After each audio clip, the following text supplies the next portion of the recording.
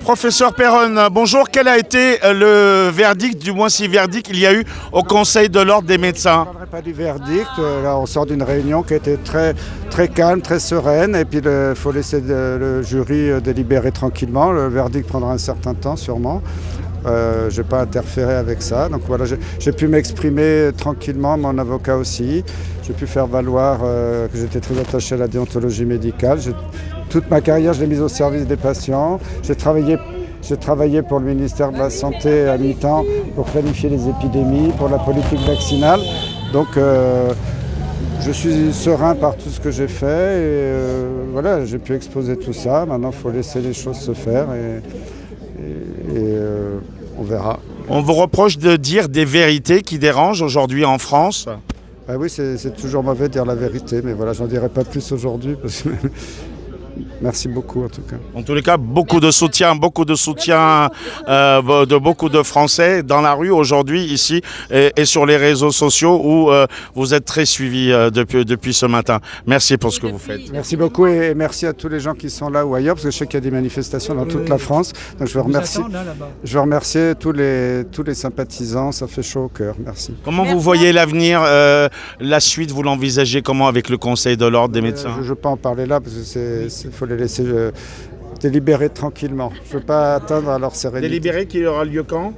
Aucune idée, je ne sais pas. Voilà. Il faudrait des hommes comme vous à la tête de cet État, cet État corrompu. Et surtout de la médecine. Bravo à vous, M. Perron. Bravo. Bravo. Tiens. Bravo. Merci.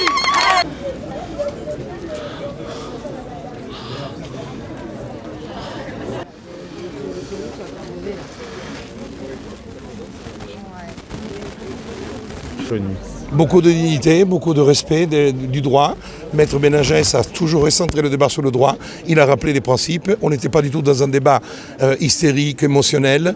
On était dans un débat qui est un débat important. Est-ce qu'il y a des fautes déontologiques, des fautes juridiques qui ont été commises ou pas? Et ensuite, il y a des actions qui ont été entreprises aussi contre un médecin qui a dénigré. Et là aussi, le droit va trancher. Et je le répète encore, il y a eu beaucoup de dignité dans cette salle et le respect des valeurs essentielles du débat, d'un débat qui doit se tenir contradictoire devant la justice. Alors que risque le professeur Perron? Les risques peuvent être très lourds. Quand on voit les accusations, ça peut aller même très très loin. Ça pourrait aller même jusqu'à quasiment la radiation. Donc en l'état actuel des choses, les accusations portées à son encontre sont lourdes. Après, il y a ce qu'on appelle le pouvoir d'appréciation et de pouvoir moduler le cas échéant si des sanctions va y en avoir.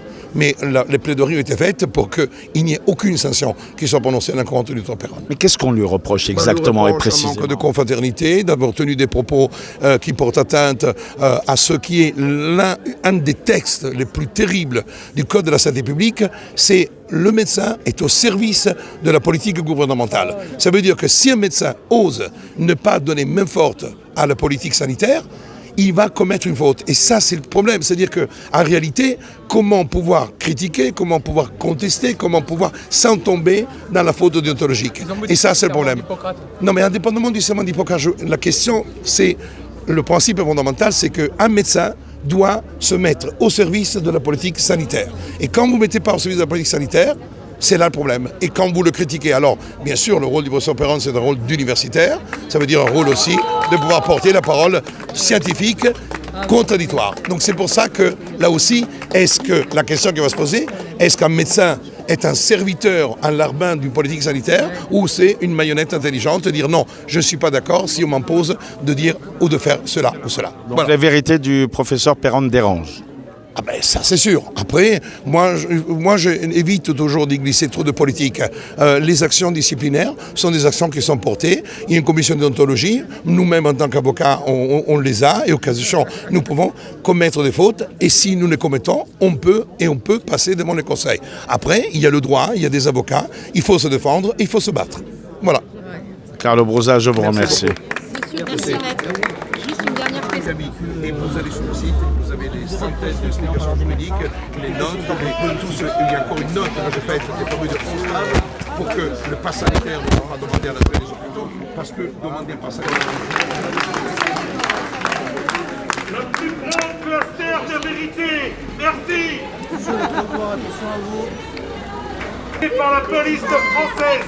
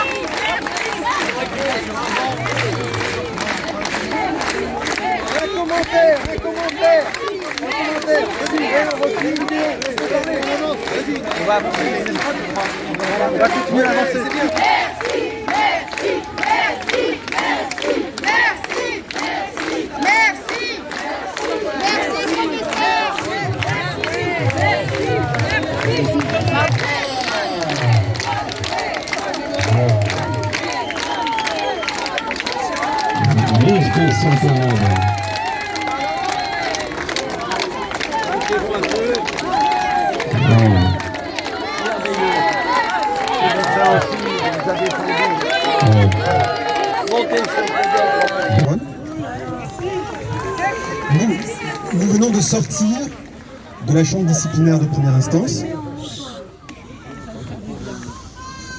Est-ce que tout le monde m'entend bien maintenant? Parle fort dans le micro, même si tu as le micro. Nous venons de sortir de la chambre disciplinaire de première instance. Les débats ont duré près de 3 heures. Et concrètement, les débats ont porté sur un sujet de toute première importance, comme vous vous en doutez, qui concerne la liberté d'expression des soignants Ils n'entendent pas au fond. et des médecins. Les débats donc ont porté sur cette liberté d'expression dont finalement le professeur Perron aurait eu tort de faire usage.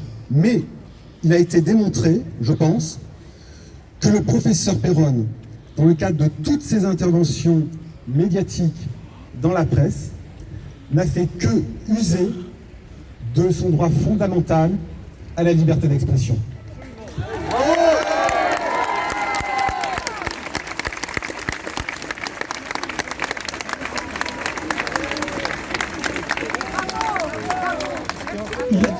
Avant de laisser donc la parole au professeur Perron, je précise qu'il a donc été exposé la principale problématique, si je peux dire, de cette audience. C'est-à-dire, si la chambre disciplinaire devait sanctionner le professeur Perron pour les propos qu'il a tenus dans le cadre de cette crise sanitaire, des propos qui étaient des propos d'intérêt public, qui n'ont jamais été des propos personnels. Discussion qui ont été longues. Plus fort. Non, les deux. Je ne peux pas parler des débats, mais je peux simplement dire que la discussion était très calme et sereine. Donc j'ai pu exposer, surtout mon avocat, des éléments sur... ce que je peux dire, c'est que toute ma carrière, je l'ai dévouée aux malades. C'est ça la vraie déontologie médicale, c'est d'être au service des patients. J'ai travaillé aussi pendant des années à mi-temps pour la République, parce que j'ai aidé le ministère de la Santé dans toute la politique de santé publique, pour les vaccins, pour la gestion des crises sanitaires, des épidémies. Donc je pense que j'avais un peu de légitimité pour parler. Donc les débats ont été sereins, je ne peux pas en parler aujourd'hui, il faudra attendre le verdict, laisser le jury délibérer tranquillement. Mais voilà, je suis fier de tout ce que j'ai fait, parce que je pense que j'ai fait avec mon âme.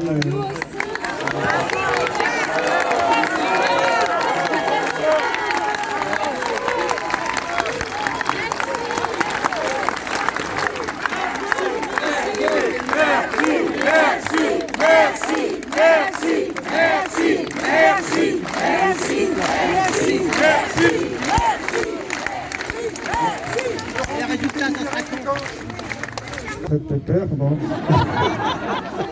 Ouais, il se trouve que ça me tombe dessus. Ouais, c'est un peu marrant de finir sa carrière devant un jury, comme ça fait bizarre. Mais, bon. Mais aussi devant une foule, Ouais, voilà. une foule de En fait, personnes je et de pense que, soignants. moi, je vont parle merci. devant le peuple français, devant vous tous. Et Devant un peuple qui je vous suis aime. très Qui vous heureux de voir remercie, que... qui vous aime Qui du vous fond du aime, cœur. qui vous aime, qui vous remercie. Qui vous remercie du fond du cœur. Vous nous avez aidés dès le début. Merci. Merci, merci, merci, merci, merci, merci, merci, merci, merci, merci,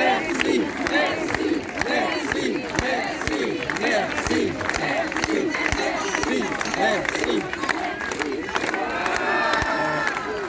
Je voulais vous dire que moi aussi je vous aime. Je vous aime et je suis heureux d'être là avec vous aujourd'hui. Ça me soutient et ça me fait du bien, quoi. Voilà, merci à tous.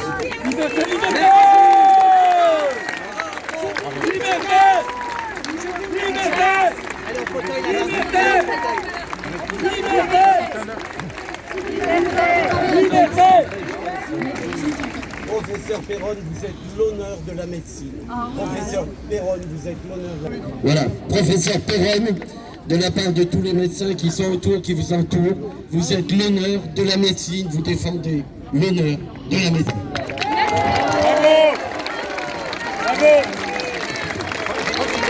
Message de l'organisateur, s'il vous plaît.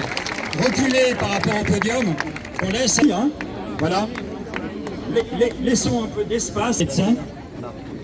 Attends, non, je voudrais que les gens se reculent. Voilà.